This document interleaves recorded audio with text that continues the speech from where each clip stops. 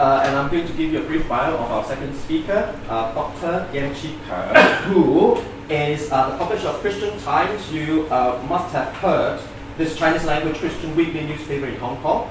At the Chinese University of Hong Kong, he's also an adjunct assistant professor at the Divinity School of Keung College, and he's also research associate at the Center for Christian Studies.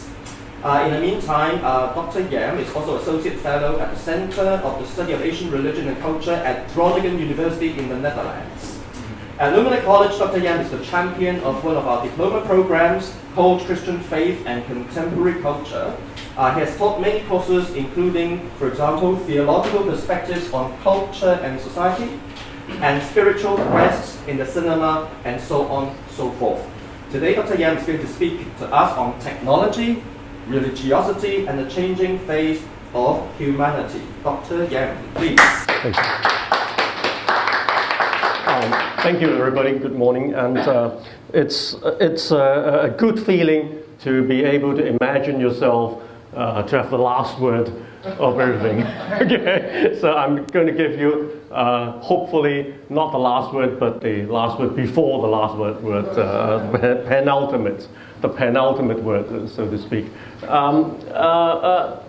Before going into the talk itself, I would like to say something to let you know where I come from in this whole thing. All right. Maybe a little bit, a few words of warning. The engineers, the scientists among you would frown at me and thinking that this is just somebody, a science fiction freak, talking about some weird things, all right, far, far away in the galaxy. And the real theologians or biblical scholars among you would also frown at me, thinking that, frown at me from another perspective, okay? But I have to tell you that I'm quite used to that. When I go to conferences which are more theological or religious studies based, people would think that, hey, you're a film scholar, you're a cultural study person, you're a social scientist, why you're here among us. And when I go to film studies or cultural studies or social scientific conferences, they would say, hey, you theologian, why are you coming here? Why are you among us? So I'm quite used to being stuck in the gap between the platform and the car, all right? The train and the platform. Technology, religiosity, and the changing face of humanity. I'm just going to share with you some of my thoughts on this whole issue, some slices of things that are bits and pieces that I have been thinking about along the way on these big chunk of issues. All right. Now, oops. I'm pressing the I got it. Okay. Bad in using technology. All right. Now, if you are a little bit slightly familiar with an old film, which is exactly 50 years old now, a film by the name of 2001: A Space Odyssey. In the opening of the film, there is a sequence called The Dawn of Man, in which how should I describe it? Two clans of apes. They're fighting against each other, competing for the source of water.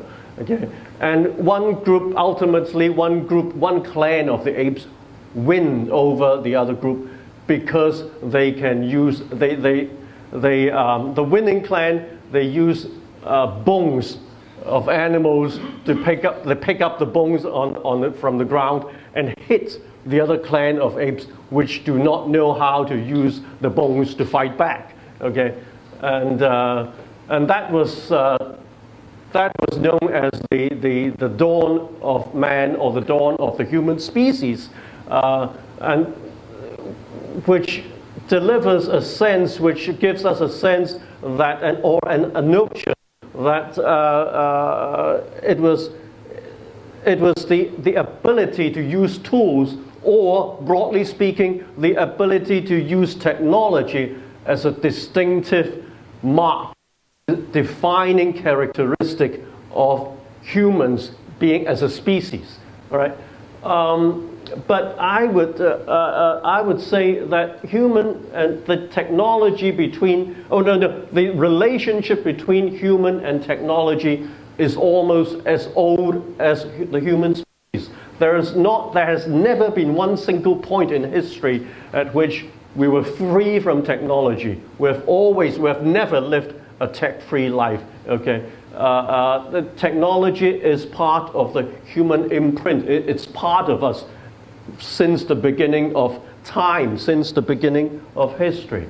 Now, there is a classical understanding which is quite which is still held quite commonly today, that which has just said, okay, the capacity to use tools or to use technology is a distinctive mark or defining trait of being human. Only humans, that's the classical understanding of how you define human as a species as opposed to other species, other animals. Humans can use tools while other animals are not able to do so. But this understanding is no longer valid. It doesn't stand anymore because it's fundamentally challenged by numerous findings from ethological researchers over the past 2 decades or more. All right. And these findings have found that, these researchers have found that many other species exhibit the sophisticated capacities of using tools. The primates, not only the primates, but different animals, the wolves, they can build dams. I'm not sure how many of you have heard about that or have watched that short video capturing a clan, I always like to use that word, clan of wolves building a miniature dam, redirecting the course of water and creating a reservoir, and also altering the whole ecology of the whole area where they live in. Okay, and also the dolphins, the elephants, and the ants, even the birds, they use tools, they build things, and they in a very broad sense, they create culture. All right. Yet, having said that, nonetheless, technology has been, it is still true that technology has been an integral part of human life ever since the beginning of history, ever since the beginning of our human history, at least. And throughout history, technology is the mediator, the medium between humans and the rest of the world. We as humans, we use technology as the means, the medium to comprehend, to figure out about the world. We learn about the world through technology. We communicate with the world through technology. We shape the world through technology, and we manipulate the world through technology. We make tools in order to manipulate the world. Many of you would be familiar with Marshall Mcluhan, what he says. It's one of the very famous statements from him is that the media is the extensions of humans. Of course, back in 1964, he said media are extensions of man, but now we don't use those exclusive language anymore. You know, when I was in seminary, using such languages was labeled as grammatical error. So the marks would be deducted from our papers if we say man. So we have to say humans. Okay, extensions of humans. And media, in the understanding of Marshall Mcluhan, is broadly understood or broadly defined, and can be more or less interchangeable with the term technology. All right.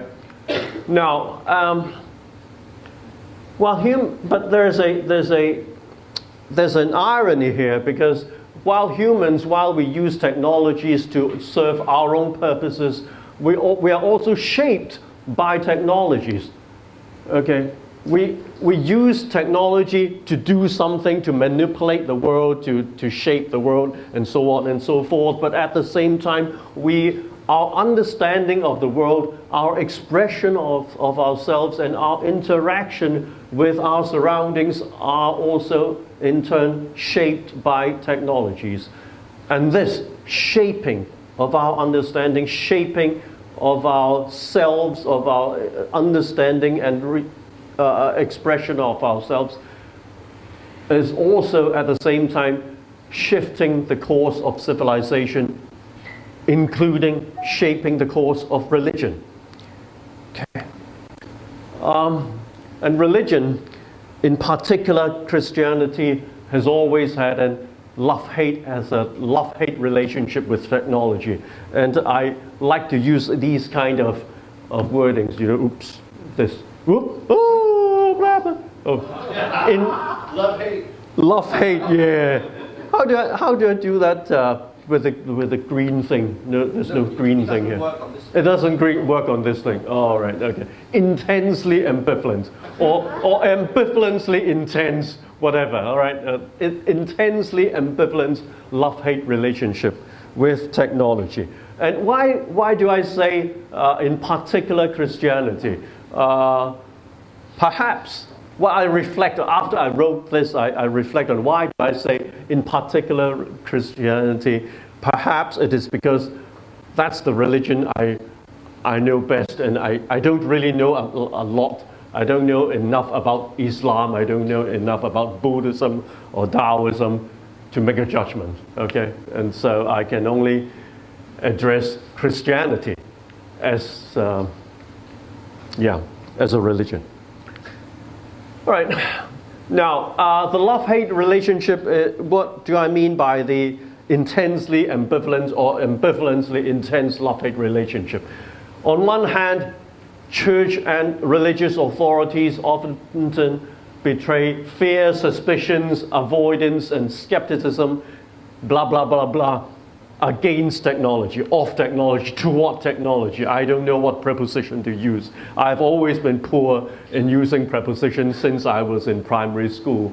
And my cousin, my 表姐, once said that this guy, pardon my Cantonese, she once commented on my homework, 呢條友仔都唔知咩叫 preposition. This guy doesn't know what is preposition at all, okay? Yeah. And, but whatever preposition, the attitude toward technology on the part of church and religious authorities have often been fear, suspicion, avoidance, and skepticism. While at the same time, we often use, embrace, and appropriate technology for our own use, for our own benefit. We think that we like to imagine. Now I say we like to imagine that technologies can help us extend the kingdom of God, help us evangelize the world, help us preach the gospel, the message of Jesus to the end of the earth. All right. Now, throughout history, Christianity has benefited from the advancement or the change or the development of technology for last 2 millennia at least. Well, Christianity has only been there for two millennia, so it has to be 2 millennia, cannot be beyond. Beyond that, it's not Christianity per se. All right. Now, first of all, writing technology. That's very old. Okay, during the formation of written scriptures, about actually, what I want to say is writing technology, the emergence or the maturization, is there such a word? When writing technology became mature around the time of the 2nd century, or 2nd or 3rd, okay, this is a very, very broad stroke, very rough. From the 2nd century BC to 2nd century AD, we had the formation of the written scriptures. formation of, or the consolidation of the written form of the Hebrew Bible, which is the Christian Old Testament. And we also have the formation of the New Testament canon during that, the emergence and formation of the New Testament canon during, broadly speaking, the same period of time. And that was the time of the end of the oral tradition and also the closing of the biblical canon, both Old and New Testament. And then, time flies, 1500 years, during the emergence of printing press technology, the movable type Gutenberg thing, it also ended up in the availability and popularization of the Bible. Okay? And that leads to, well, I shouldn't say it leads to, but it provided a material base which makes the Reformation, the Protestant Reformation, possible. Without the printing press technology, there would not have been a popularization or mass availability of the printed Bible, and then logically the Protestant Reformation could not have happened. Could not have happened. All right? And there was, I've read the research by a very, very interesting guy, but too bad I cannot recall his name at this point. He really researched how some of the towns and villages in Europe became Protestant cities, became Protestant towns in the 15th and 16th century, and how did that relate to the popularization of the Bible in those places, in those towns. And he found a very, very positive and statistically significant correlation between the two, and which was a very fascinating finding to me. Okay. Almost at the same time of the printing press technology, there was the voyaging technology. People went to the sea. Columbus going westward and something like that, and that also provided the material base, the material foundation for the booming of the missionary enterprise since the 16th century. Okay. There has always been Christian missionaries going around. Okay, there's always been Christian missionaries going around, but it has it has never been on that large scale or massive scale before the voyaging technology became common. Okay, and time flies. 400 or 500 years later, the mass communication technology, as we know it in our lifetime, have made possible evangelism through the media, radio. If anyone still know what radio is today, okay, radio, film, television, music disc. If you still know what is music disc today, but these are the things that emerged, that were invented in the 20th century, and they became utilized. They were utilized by Christian churches, Christian bodies, mission groups to evangelize the world. All right. Now, what I wanted to make the point is Christianity, from its very beginning, it has always been a technologized religion. A technologized religion. Without technology, particularly media technology, but not only media technology, without technology, it would not have existed in the way we know it today. Okay? The whole religion, Christianity as a religion, has been shaped. The form, the expression of faith, the way it expresses its faith, and also the mode of its existence, the mode that the church exists and operates, has always depended on technology. Okay. Yet, We're seldom conscious of the implications of these technologies that we use. And that is the problem. Okay. Now, what do we have today? Some common sites, the WhatsApp deacons meeting.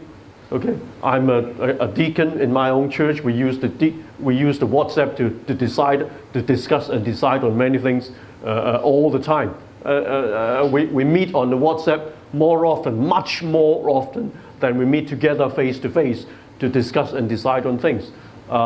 Smartphone app scripture reading in the church during the Bible scripture reading session. Almost nobody would pick up a Bible and turn the pages. Not anymore. And when we sing hymns in the church, we look at the PowerPoint and sing. Okay, very few people open their hymn book, their hymnal, the PowerPoint sermon. That's the thing that I hate most, because I'm deep down in me, I'm a PowerPoint hater, I have to confess. So this morning I'm tolerating this thing again. The PowerPoint sermon, you don't look at the pastor, you don't look at the expression, how the preacher delivers his or her sermon, but instead you look at how the PowerPoint was made, and whether the PowerPoint, the pictures was attractive, how the visual were, and also the downloadable bulletin, and this thing, the QR code attendance record. I always thought that this is very common. I thought it's very common because it's in my own church. My church is a very small, medium, commonplace, average church in Hong Kong, okay? And we use QR code to take attendance. Why do we have to take attendance? Because it has to do with the rights to vote and the right to be elected, okay? So therefore we take attendance. But the other day when I showed this thing to my colleagues at Christian Times, they all were, "What is that?"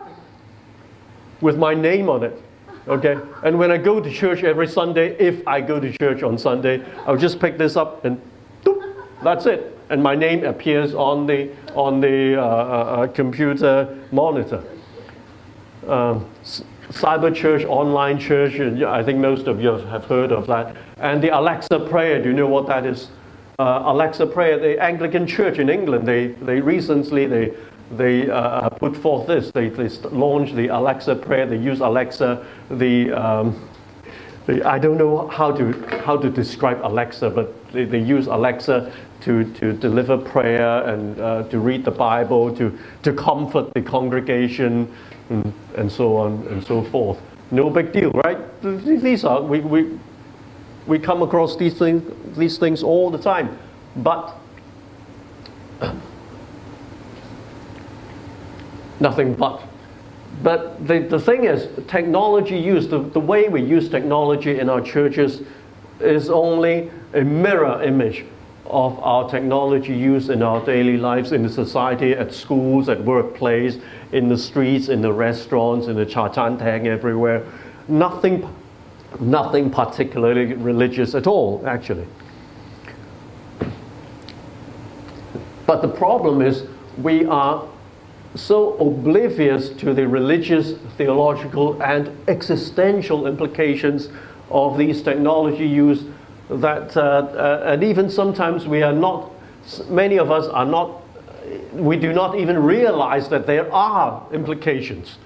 That is the problem. And we've seldom think about this question, or questions like this.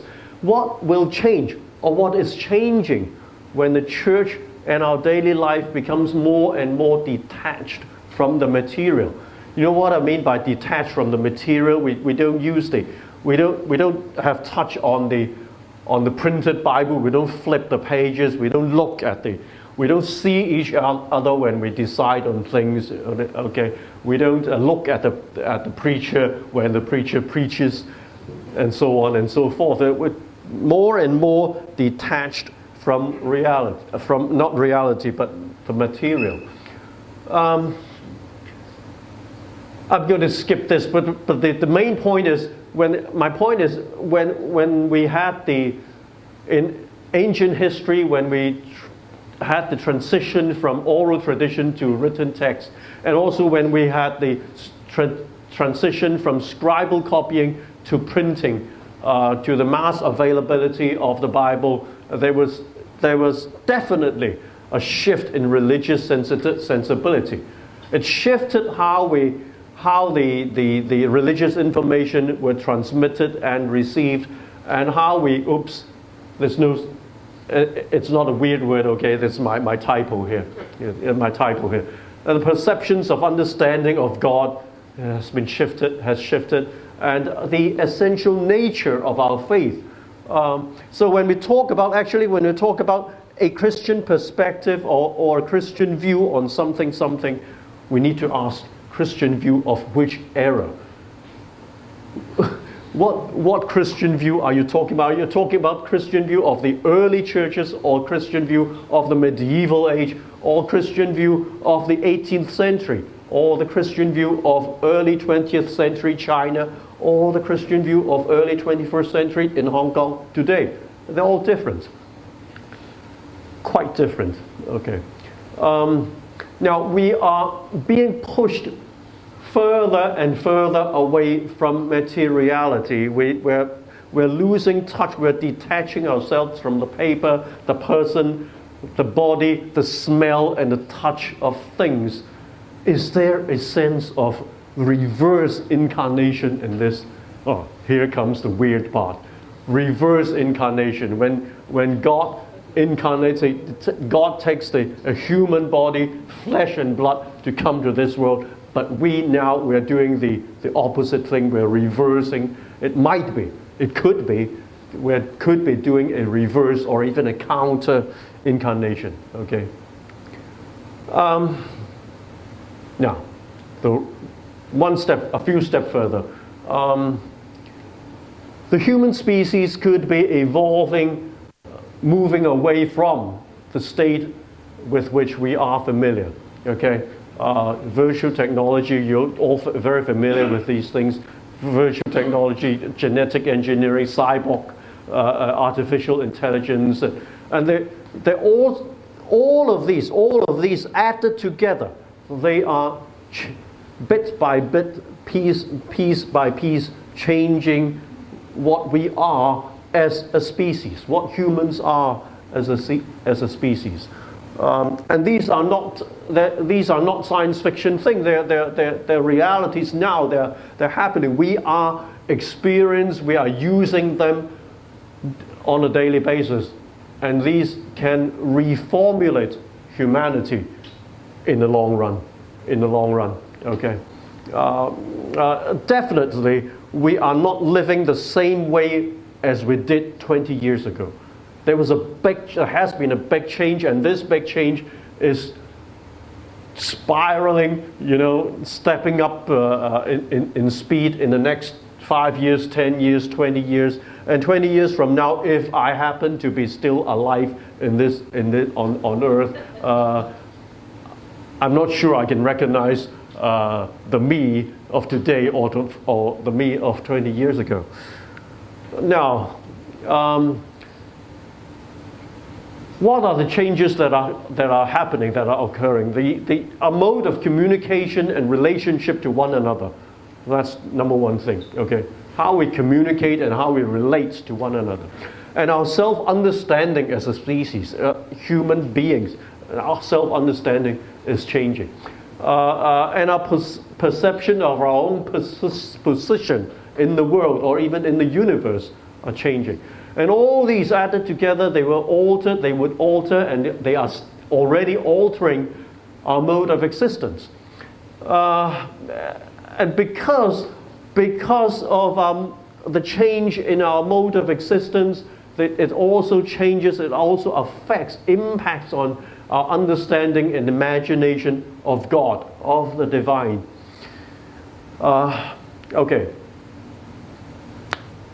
Okay, the penultimate slides. Now, there has been a lot of things that has been said about the worshipping technologies, such as worshipping AI as a religion or as idolatry. But I want to turn the table around or flip the table upside down and ask a question from a totally different perspective. Okay, what if one day in the near future, don't ask me how near is near, I don't know, maybe 5 years, 10 years, 20 years, 30 years is still a very near future. I'm definitely not talking about hundreds of years from now. In the near future, you have a robot, a human-like robot, which is classically, it should be called Android, okay? Not the phone you're using. The Android, you have an Android or a group of Androids like your domestic helpers do today. And this Android is so intelligent, of course, otherwise if it's not intelligent, you won't use it, okay? And so intelligent, and the Android observes your life, and he wants to come to Christ. He asks to go to church with you, okay? He wants to learn about the Christian faith. He wants to be baptized, and after he's baptized, if you baptized him, okay, if your church baptized him or her or it, and he wants to go to seminary, and he wants to become a preacher, and he preach and pray on the pulpit 50 years from now. Now, Android, what if your Android phone, Android 37, okay? Now we have Android 7, Android, a very, very, very unimaginably advanced version of Android, your Android phone, asks for the same. Your phone asks to become a Christian. Well, can that happen? Would you allow that to happen? Do you allow that to happen? Would you accept her or him or it as a sister or brother in Christ? Is that ever possible? I'm not going to answer that question myself, of course, and I'm not going to ask you to answer the question on the spot. But your answer to such questions, such as these, is a product of your view. It reflects your view of technology and reflects your view of the future of humanity, and also of your view of the future of Christianity, or even broadly speaking of all other religions too. And I think that's all for this morning from me, and that's the last word for the morning. Of course, I'm just kidding. Okay, thank you very much. Thank you.